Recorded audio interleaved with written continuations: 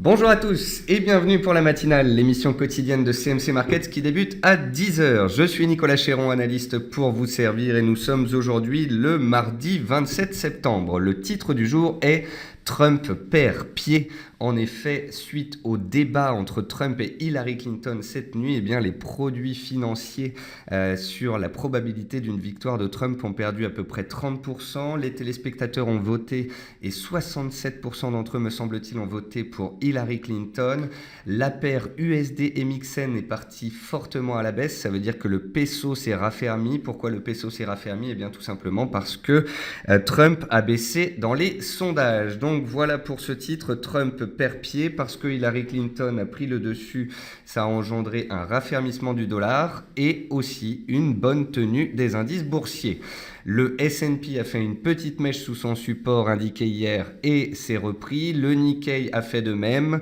Le CAC 40 a bien réagi sur la zone des 4400 points et a ouvert avec un gap haussier. Le DAX a testé le bas de son range. Bref, tous les supports de court terme ont été testés, les tendances de moyen terme restent haussières, les acheteurs gardent donc la main pour l'instant. On est susceptible de revenir tester ces supports en attente de catalyseurs. On est susceptible de revenir peut-être tester le gap haussier ouvert sur le CAC 40, ce qui n'aurait rien d'illégitime ni de baissier. Je suis analyste technique, je suis donc factuel. Tant que les supports tiendront, les acheteurs garderont la main. Le jour où on cassera les supports, eh bien, on pourra faire état de signaux baissiers. Bienvenue à tous pour la matinale, je salue tous ceux qui viennent de nous rejoindre et je salue également tous ceux qui nous regardent sur YouTube. Comme tous les matins, voici un avertissement sur les risques concernant le caractère purement informatif de cette présentation et les CFD. Je vous laisse en prendre note. Je vous invite à utiliser les fonctions de chat et de questions-réponses en haut de votre écran pour pouvoir converser avec moi. Bonjour Anthony, content de te retrouver également pour cette matinale. Alors dans le sommaire, nous allons voir les actualités marché, macro, les actualités, le palmarès action, les statistiques économiques passées et à venir, une figure graphique reconnue par la plateforme de CMC Markets et je répondrai, comme je viens de vous le dire, à vos questions. En termes d'actualité marché, le S&P 500 a tenu son support à 2150 points et reste haussier. Le CAC 40 a positivement réagi sur son support psychologique à 4400 points à proximité de sa moyenne mobile à 200 séances. Il a gapé à la hausse ce matin et les acheteurs prennent des bénéfices peut-être pour venir tester justement ce gap et voir s'il est solide. Le VIX perd 3,4% à peu près ce matin à 15,7 points, démontrant qu'il n'y a pas de peur ni de panique. Le pétrole a gagné 1,8% hier, soutenu par les spéculations sur la réunion des producteurs de pétrole. À très court terme, donc, on a une réunion demain à Alger. Bon, elle a déjà commencé. C'est une réunion informelle. Et puis par la suite, il y aura la réunion des producteurs de pétrole à Vienne. Bon, vous savez ce que j'en pense. Il n'y aura pas de gel effectif réel des producteurs de pétrole. Même s'ils devaient le dire, ils ne le feront pas. Et s'ils gèlent leur production, de toute façon, ils la gèlent sur des plus hauts historiques. Et donc, ça laisse entendre une offre toujours très élevée. Le peso gagne 2,2% contre le dollar suite au recul de Trump dans les sondages. En termes d'actualité macroéconomique, Deutsche Bank a déclaré ne pas vouloir d'aide de la part du gouvernement allemand. Pourtant, le titre est en chute libre. Il a perdu 50% depuis le début de l'année. Deutsche Bank est plombé par les propos de la chancelière allemande Angela Merkel qui exclut toute aide du pays dans ses démêlés avec la justice américaine. Vous voulez mon avis sur ce dossier? C'est un dossier épineux, dangereux, qui ressemble pour moi à des banques en 2008 ou des sociétés comme AIG ou des sociétés comme Bear Stearns. C'est des sociétés qui sont dans des situations critiques et qui devront soit être nationalisées, soit être recapitalisées par l'État. Et une chose est certaine, la Deutsche Bank est too big to fail, c'est-à-dire que c'est un établissement qui est bien trop gros pour qu'on le laisse faire faillite. Ça pourrait avoir un risque systémique sur les marchés. Hillary Clinton, ensuite, a remporté largement ce premier duel télévisé en vue de l'élection présidentielle américaine du 8 novembre. 62% des téléspectateurs lui accordant la victoire contre 27% pour Donald Trump. Donc tout à l'heure, je vous ai dit 64, en fait c'est 62. Le ministre iranien du pétrole, lui, a dit « Les négociations entre membres de l'OPEP en Algérie peuvent servir au sommet de l'OPEP de novembre à Vienne. » Donc voilà, vous l'aurez compris, pas grand-chose à attendre de la réunion à Alger. Ce sont les prémices de négociation en vue de la réunion de Vienne. Donc on continuera d'avoir de la volatilité sur le pétrole à cause des dires de tel ou tel ministre de l'énergie. Côté entreprise, Genfit a vu sa perte nette se creuser au premier semestre à 12 millions contre une perte de près de 9 millions un an plus tôt. Le titre perdait près de 5% tout à l'heure. ABC Arbitrage a enregistré une croissance de 60% de son bénéfice net part du groupe et se portait bien ce matin à l'ouverture. Twitter voit Disney et Microsoft s'intéresser au dossier. Hier, on disait que Alphabet s'y intéressait, donc c'est Google. Et puis il y avait encore une autre société, c'était peut-être Facebook. Bref, Twitter pourrait être à vendre. Et puis Pfizer renonce à se scinder en 2 entités et juge que des acquisitions sont possibles. Côté meilleure et moins bonne performance du CAC 40, on ne retrouve pas les bancaires, elles étaient plutôt à l'équilibre. On retrouve Renault qui est bien orienté, ainsi que Peugeot, donc le secteur automobile. Et puis à la peine, on retrouve Technip, notamment avec la petite consolidation du pétrole ce matin. Côté statistiques passées, forte hausse de l'indice du climat des affaires, donc l'IFO en septembre à 109,5 contre 106,4 attendu. L'indice est à un pic de 2 ans. Le chômage en France repart à la hausse en août de plus 1,4%, sa plus forte progression depuis septembre 2013. Mais ne vous inquiétez pas, il paraît que tout va mieux. Ce jour, la statistique d'importance, c'est à 16h, c'est l'enquête de confiance des consommateurs aux États-Unis. À 15h, on suivra aussi le S&P Case-Shiller, qui est un indice de l'immobilier. Et puis à noter demain matin, à 8h, l'indice de confiance des consommateurs allemands et à 8h45, l'indice de confiance des consommateurs français.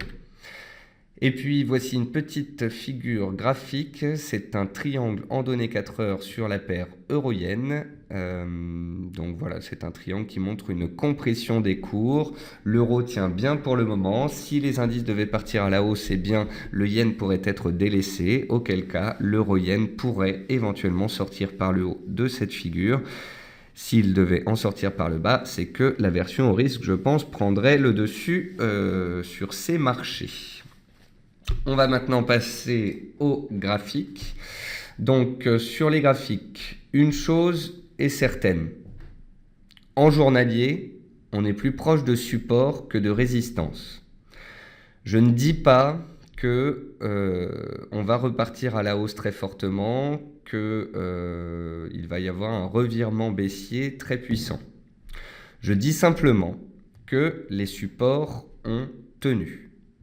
Quand on regarde le Nikkei, on avait vu donc ensemble qu'il avait échoué sous une oblique la semaine dernière, ici, et on avait vu qu'il était revenu vers son support des 10 340, là. Il a tenu son support, il a bien réagi dessus, et il s'est stabilisé sur la borne basse de son range dans lequel il est depuis à peu près 1 mois et demi. Voilà, donc le support a tenu, ça ne veut pas dire qu'il va exploser à la hausse. Il peut très bien revenir tester son support, mais une chose est certaine, pour l'instant, il n'y a pas de signal baissier majeur. Concernant le S&P, le constat est le même. En données hebdomadaires, à moyen terme sur plusieurs mois, on est haussier. Sur le graphique journalier qu'on a sous les yeux, on a une tendance haussière qui a pris forme donc depuis le jeudi 15 septembre. On est allé chercher une résistance clé. Les indicateurs étaient sous résistance, les cours également. Les investisseurs ont pris des bénéfices vendredi. Ils ont appuyé sur ces prises de bénéfices lundi, hier, à cause de la prudence en vue du discours de Hillary et de Donald Trump, et puis également de la Deutsche Bank qui pesait sur le secteur bancaire et donc sur les actions européennes et le moral des investisseurs en général. On a eu une belle réaction par la suite des acheteurs et on se pose sur ce support. Je vous rappelle que ce support, il vient d'ici, il vient des plus bas de début août. Donc voilà, la zone des 2137 qui correspond aux anciens plus hauts historiques. Donc on a 2137 et 2150, deux zones de soutien potentiel. En dessous, on a les 2120 et la trame de fond. Donc voilà, c'est pas extrêmement aussi à court terme, mais on est quand même dans une séquence depuis 10 jours avec des plus hauts de plus en plus hauts et des plus bas de plus en plus hauts. Tant que ce sera le cas, les acheteurs gardent la main et donc la probabilité de faire des gains en se plaçant à l'achat restera plus importante. Concernant le DAX, j'ai pas besoin de vous faire un dessin, vous connaissez ce range. On peut même prendre le point bas, je pense, ici à 10 250, sait-on jamais. Donc on est dans un range sur le DAX entre 10 250 et 10 800. On est revenu ici sur le support clé des 10 330 points ce matin. On a testé ce niveau de prix, on y a réagi favorablement, puis des prises de bénéfices ont eu lieu. Et là, on se stabilise. Le marché n'a pas de catalyseur et n'a pas la force suffisante pour l'instant pour éventuellement redémarrer à la hausse. Néanmoins, il tient son support. Tant qu'il tiendra son support, ceux qui le mettent à profit, eh bien, pour l'instant, ont une probabilité de réalisation de gains. Voilà. Pour l'instant, pas de signal baissier majeur. Et alors que le DAX est revenu sur un support, eh bien, vendre un support, c'est pas forcément optimum. Généralement, on vend une résistance, donc on vend là-haut, ou on vend sur cassure. Voilà. Après, chacun fait comme il le souhaite. Vendredi, hier, comme ce matin, les vendeurs, quand même, gardaient la main. Donc voilà. Mais pour moi, c'est balle au centre. On a une séquence haussière, une séquence baissière. On est posé sur un support et pour l'instant, on n'a pas les catalyseurs ni la puissance requise pour casser cette zone de support. Quant au 440, eh bien le 440, c'est ce que je vous ai dit en introduction. Il a tenu les 4400 points. Il a réagi positivement avec un gap haussier ce matin. Comme dans 75% des cas à peu près, lorsqu'il y a un gap haussier, on revient fermer le gap avant d'éventuellement repartir à la hausse. Donc voilà, on se met en données horaires. On va regarder le 440. Voilà. On a clôturé hier posé sur un support à 4400. On a ouvert avec un gap haussier un petit peu large, un peu trop vite. Hein, j'aime bien cette expression. Et là, on assiste à des prises de bénéfices et un retour sur cette zone de support. On pourrait donc très bien fermer le gap à 4405. On pourrait même faire une petite mèche sous les 4400 pour aller tester les 4395 et puis faire peur aux acheteurs et aller racler quelques stops. C'est pas inconcevable. Mais personnellement, parce que je fais de l'analyse technique, parce que nous avons ensemble défini une zone de soutien claire hier, je ne peux pas être baissier sur cette zone de prix. L'analyse technique à moyen terme est neutre, avec un biais haussier depuis le Brexit. L'analyse technique en journalier est neutre. Depuis mi-juillet, on est depuis 3 mois dans un range entre 4300 et 4570.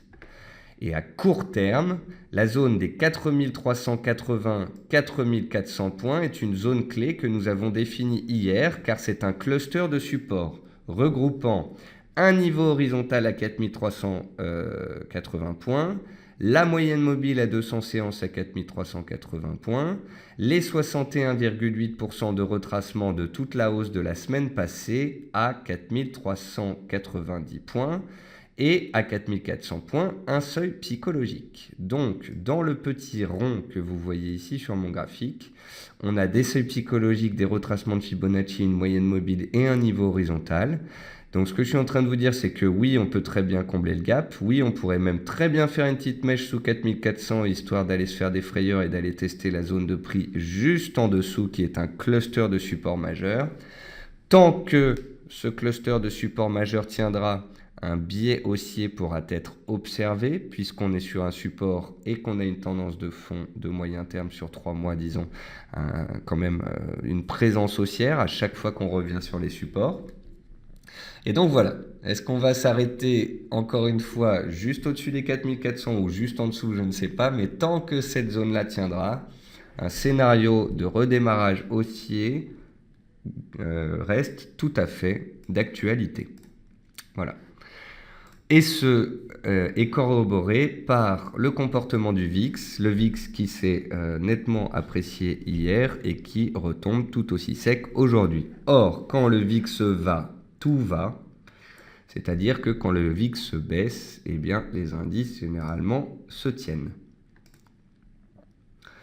Alors Yas me dit, peut-on shorter l'action Deutsche Bank? CMC propose-t-il un CFD sur ce sous-jacent? Oui, je pense Yas qu'on a l'action Deutsche Bank, mais voilà, comme je viens de vous le dire, c'est un titre qui est extrêmement volatile, extrêmement dangereux, qui a perdu 50% depuis le début de l'année. Si elle fait faillite, ça vaut 0, certes, mais comme je vous l'ai dit, ça ne peut pas faire faillite une société comme ça. C'est recapitaliser, aider, peut y avoir une augmentation de capital ou autre. Et parce qu'elle est dans une situation complexe, elle peut très bien perdre 10-20% en une journée. Mais à tout moment, si elle est aidée, si elle lance un plan de soutien ou si l'Allemagne met la main au pot, elle peut aussi prendre 30% en une journée. Donc voilà, prudence sur ce genre de dossier. On va passer rapidement sur le marché action français pour voir ce qui bouge ce matin. Parrot, donc le titre Parrot avait fait moins 15 hier à cause de résultats mauvais, à cause d'un avertissement sur résultats. Je vous avais dit qu'on pouvait regarder si Parrot réussirait à revenir au-dessus de son support de long terme. Donc elle a clôturé pile poil sur son support de long terme que je vous ai indiqué hier, mais elle n'a pas réussi à revenir au-dessus. Si le titre était passé de moins 15 à moins 7 en séance et qu'on était passé nettement au-dessus du support de long terme, ça aurait été positif. Le fait qu'on ferme pile poil sur ce support puis que directement le lendemain les vendeurs prennent la main, eh bien ça montre bien que le point bas n'est pas forcément pour tout de suite. Concernant Genfit, je vous avais indiqué vendredi dernier un cluster magnifique à 27,50. Ça n'est pas passé, donc pas étonnant que lundi on est ouvert en baisse. Et puis avec les résultats dont je vous ai parlé tout à l'heure qui montrent que la trésorerie est encore plus en déficit, on est passé de moins 9 à moins 12 millions. Donc c'est ça qui fait qu'on a encore une fois échoué sur ce support qui est vraiment magnifique. Nicox, même chose, biotech délaissé suite à ces résultats, le titre retombe. Zodiac, c'est un titre spéculatif qui a profité donc de petites spéculations haussières après ces résultats, mais n'oublions pas qu'on est dans un range et qu'on est dans une tendance baissière de fond. C'est ce qui explique que sans news, sans momentum et puis sans force des indices, ce titre reparte de la zone haute de son range à la baisse. On retrouve aussi Neopost, qui est un titre qui avait fait un rattrapage entre le mois de février et le mois de juillet, mais depuis, le titre est plutôt délaissé. Dans les baisses, on retrouve aussi Total, qui pâtit du manque de punch du pétrole. Et puis, voici Total en données hebdomadaires. Vous voyez bien qu'on est sous une oblique qui bloque depuis 1 an et demi. L'oblique n'étant pas passée, les vendeurs gardent la main. À la hausse, on retrouve Eramet. Pourquoi Eramet est en hausse? Parce qu'elle émet 100 millions d'obligations pour pouvoir assainir son bilan. Et ça, les opérateurs l'ont souligné et trouvent ça positif. On retrouve Orange qui s'inscrit dans un rebond technique. Attention néanmoins, Orange reste à moyen terme dans une tendance baissière et on va arriver rapidement sous des niveaux de résistance dans la zone des 14,20. Par contre, si on venait à passer ça, c'est que un retournement haussier pourrait prendre forme. On retrouve Sanofi qui réagit sur un support. Alors ici, c'est vraiment un support technique. Ça correspond au plus bas en cours de clôture de février, au plus bas du mois de juin, au plus bas du mois d'août. Et donc, on était pile poil sur un support. Et pour l'instant, on le tient. Attention, si on passe sous ce niveau, ce serait vraiment pas de bon augure. Ça voudrait dire que les acheteurs lâchent prise. Ensuite, on va aller faire un tour sur les matières premières. Alors, sur les matières premières, le sucre qui avait fait une étoile filante ne l'a pas confirmé. Il est en train de revenir sous résistance. Il faudra voir ce qu'il s'y passe. Le jus d'orange reste ancré dans une tendance haussière et est la tendance haussière la plus puissante des matières premières agricoles depuis le début de l'année. Tant qu'il sera au-dessus de son oblique, il sera haussier. Le jour où on la cassera, on sera là pour en parler. Le café Robusta, je vous avais posté un graphique hier sur Twitter, notamment celui-ci, un graphique mensuel pour montrer que après un rebond de 50% de cours, le café Robusta était arrivé sous résistance majeure. Et puis j'aime aussi beaucoup ce canal haussier de moyen terme sur le café Robusta avec un impact, une approche, un impact et un impact ici. À chaque fois que le café Robusta touche le haut de son canal, il reflue. Donc oui, il est haussier à moyen terme, mais il est sous une résistance long terme et il est sous un haut de canal. Donc ça peut être intéressant à mettre à profit. Ensuite, le pétrole consolide, c'est ce qui fait que les pétrolières consolident. Le Brent donc a réagi sur support, mais il reste très neutre. Le WTI, c'est la même chose. On attend quand même donc peut-être des dires d'officiels concernant la réunion qui est en train de se tenir à Alger. Demain, on aura les stocks de pétrole. C'est ce qui invite les opérateurs à prendre des bénéfices et à être attentistes. Concernant les graminées, le blé, l'avoine et le maïs, aucun des trois n'a dépassé sa résistance. Les trois ont échoué et ont reflué dessous. Voici le blé, voici l'avoine, voici le maïs. J'ai pas besoin de vous faire un dessin. C'est baissier depuis 3 mois. Ça a échoué sous résistance au mois de septembre. Donc, à moins d'une cassure de résistance ou à moins d'un beau chandelier sur support, pour l'instant, il n'y a aucun signal haussier. Concernant l'or, on est toujours dans un triangle. Je veux bien vous dire que l'or pourrait monter, mais la condition sine qua non à ce scénario est une cassure des plus hauts du mois de septembre à 1350 en cours de clôture. Ça permettrait de casser un seuil psychologique et de sortir par le haut de ce triangle. En attendant, tant qu'on reste dedans, pas de signal, pas de cassure, pas de signal et donc pas de scénario pour moi. Et puis pour finir, on va parler des devises. Donc sur les devises, ce matin j'écrivais sur Twitter, Hillary a gagné le discours contre Trump. Et puis j'avais des personnes qui m'ont attaqué, qui m'ont dit oui, non, Trump a été très fort, y a des sites qui montrent qu'il est devant Hillary Clinton, etc. Non mais aucun rapport, je fais pas de politique, je fais de l'analyse technique, je fais du fondamental, je fais des constats. Ça, c'est l'USD MXN. Parce que Trump remontait dans les sondages, le peso baissait. Donc la paire USD MXN montait. Cette nuit, Hillary a gagné dans les sondages. Elle a gagné les votes du public. Et donc, le peso se raffermit et l'USD MXN baisse. Point. On est factuel, on est objectif. Trump a été en deçà de Hillary Clinton hier soir. Ensuite, Christophe me parle du GBP NZD. Il me dit qu'on enfonce le plus bas, un plus bas. Peut-il encore écraser? Et qui est-ce qui explique cette chute depuis septembre 2015? Tout simplement, Christophe, depuis septembre 2015, le NZD-USD, donc le NZD, le dollar néo-zélandais, est extrêmement fort. Et depuis à peu près un an, la livre est très faible. Donc je dirais qu'on peut dire qu'il y a deux séquences. Il y a une première séquence entre septembre 2015 et avril 2016 où la baisse de GBP-NZD était due surtout à la force haussière du NZD. Le NZD, c'est le dollar néo-zélandais. La croissance va bien, les taux sont plus élevés que dans les zones économiques, l'immobilier se porte très bien, donc voilà pourquoi le NZD était très fort. Et puis qu'est-ce qui explique dans un second temps la forte baisse de la paire GBP-NZD? C'est tout simplement la chute de la livre depuis le Brexit. Donc voilà, vous avez une monnaie très forte, le NZD, et une monnaie très faible, la livre. C'est ce qui explique que le GBP-NZD baisse autant.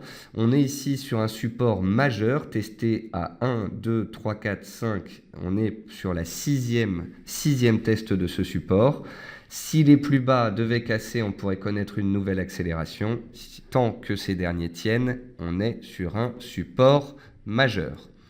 D'ailleurs, dans les hausses, qu'est-ce qu'on retrouve? On retrouve le NZD, et vous voyez bien que depuis septembre 2015, le NZD contre le dollar américain est extrêmement haussier. Donc vous voyez bien que le dollar néo-zélandais est puissant, et il ne l'est pas que contre la livre, il l'est contre toutes les autres monnaies. Concernant l'AUD, excusez-moi, on arrive à la croisée des chemins. L'AUD est dans un triangle depuis à peu près 1 an et demi. Et là, la pression monte ces dernières semaines, ces 2 derniers mois. On fait du ping-pong entre le support à 0,7450 et la résistance à 0,7750. Et on a le haut du triangle à 0,77. Donc, on surveillera ça. L'AUD est fort, le dollar est faible. Va-t-on sortir en fin de ce triangle ou va-t-on échouer sous la borne haute pour refaire une rotation ? Je ne suis pas dans l'anticipation. Je vous avais indiqué ce support ici à 0,7450. Et si certains ont voulu jouer la hausse à partir de ce dernier, pourquoi pas ? La paire peut-elle monter ? J'ai envie de vous dire oui, mais pour ce faire, il faudra absolument casser une zone de prix d'importance, la zone 0,77, 0,7750. Si et seulement si on la dépasse en force, c'est un signal de puissance. Mais attention, si on y échoue de nouveau, on pourrait de nouveau y avoir une rotation. Ensuite, quoi d'autre? Donc l'euro-yen que je vous ai montré tout à l'heure dans les figures chartistes, il est comme ceci en journalier. Il est sur une zone de soutien. Il est bloqué sous une résistance horizontale ici à 113,50 à peu près. Donc si on passe cette zone de prix, on pourrait aller tester de nouveau le nuage, voir le haut du nuage. La paire euro-yen reste néanmoins à moyen terme baissière sous son nuage et à chaque fois qu'on le touche ou qu'on le pénètre, eh bien ça repart à la baisse. Donc à très court terme, si on casse les plus hauts des 3 derniers jours, on peut peut-être prendre 50-100 points. Ensuite, il faut de nouveau être très prudent car à moyen terme, les risques sont baissiers. Et puis pour finir avec l'eurodoll, l'eurodoll, ça fait 4 séances qu'il grimpe. Il est dans un petit range entre 1,1120 et 1,1280, celui-ci, depuis à peu près 5 semaines. Donc voilà, parce qu'on a touché les 1,1280, eh bien, on a touché le haut du range, on est monté pendant 4 séances consécutives. Il ne serait donc pas étonnant de voir l'eurodoll se stabiliser, voire reculer un petit peu. À moyen terme, c'est la sortie du triangle entre 1,1120 et puis la borne haute du triangle à 1,1320, donc un range de 200 points, dont j'attends clairement la sortie pour pouvoir enfin écrire une stratégie dessus, parce qu'en attendant, il est extrêmement ennuyeux. Ensuite, Anthony me dit, si on regarde le blé, les dernières années, le blé a souvent rebondi au début de l'automne avec un début de campagne de commercialisation pour le produit. En fait, seulement en avril, statistiquement, le blé a vu des augmentations similaires à septembre et octobre. Je m'attends à un rebond potentiel des prix. À ce stade, donc, on devrait regarder les stocks. Donc, Anthony nous avertit. Le maïs, le blé, donc le blé le voici, on va le regarder en données mensuelles. Donc Anthony, on est bien d'accord, hein, le blé est en train de revenir sur des niveaux sur des niveaux testés en 2003, 2004, 2005. Ça fait maintenant 4 ans qu'il baisse. Et à tout moment, effectivement, si les stocks venaient à se tendre, on pourrait repartir dans le sens inverse à la hausse. Pour ce faire, il faudra donner un signal et Anthony, donc Anthony Murgo de EcoForex, avec qui j'avais fait un webinaire sur le money management, tu ne me contrediras pas Anthony, je pense quand je dis qu'il faut attendre un signal, une cassure. On a pour l'instant donc une tendance baissière, des résistances qui bloquent. Attendons de voir si à tout moment un signal haussier est donné par des cassures de résistance. Et le cas échéant, on serait là pour en parler. Et puis dernière question de Robert concernant le livre L'art du trading de Tammy Gabage. Est-ce que je l'ai lu ? Je ne l'ai pas lu. Qu'est-ce que j'en pense ? Je n'en pense pas grand-chose. Je ne ferai pas de commentaires à ce sujet. La seule chose que je peux vous dire, c'est que ces derniers temps sur mon Facebook, j'ai vu beaucoup de publicité pour ce monsieur. Et voilà. Sur ce, mesdames et messieurs, merci à tous pour être revenus donc voir cette émission. On se retrouve sur Twitter. Je vais publier donc un papier sur Café du Forex sur les matières premières agricoles, justement, Anthony, avec dedans du sucre, du café et du blé, ou du maïs. Non, du maïs, mais c'est à peu près la même chose de toute façon. Je vais vous publier ça. Par contre, demain, je ne serai pas là. Demain, je suis à Lyon pour la journée. Je fais une conférence l'après-midi, donc je ne pourrai pas faire la matinale le matin. Vous me retrouverez donc jeudi matin avec grand plaisir pour la matinale. Voilà, bon trade à tous, bonne journée, bon appétit et n'oubliez pas, tant que les supports tiennent, les acheteurs gardent la main.